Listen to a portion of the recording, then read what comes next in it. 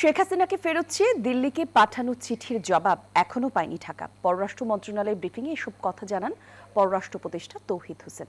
অন্তর্ভুক্তিমূলক নির্বাচন নিয়ে পশ্চিমাদের কোনো চাপ নেই বলেও জানিয়েছেন পররাষ্ট্র উপদেষ্টা।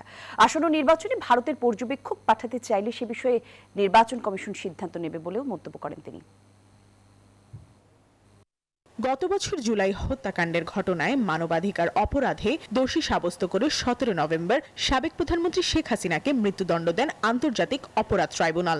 এরপর শেখ হাসিনাকে হস্তান্তরের জন্য গত শুক্রবার দিল্লিতে কূটনৈতিক পত্র পাঠায় ঢাকা, যার উত্তরের অপেক্ষায় পররাষ্ট্র মন্ত্রণালয়।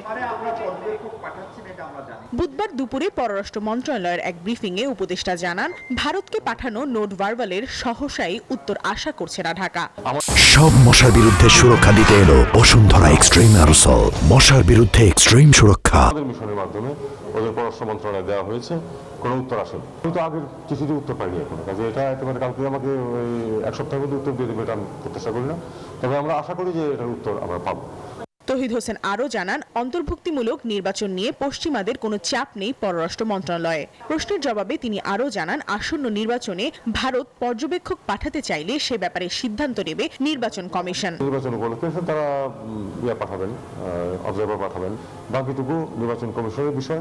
ফ্রান্সের সাথে এয়ারবাস বোয়িং ক্রয় চুক্তি বাতিল নিয়ে ইউরোপিয়ান ইউনিয়নের সাথে সম্পর্ক নষ্ট হবে না বলেও জানান তিনি।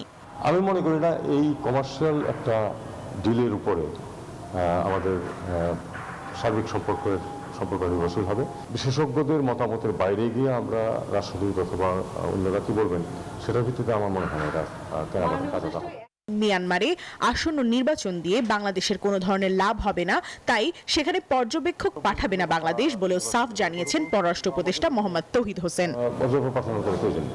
প্রমা চৌধুরী, নিউজ 24, ঢাকা।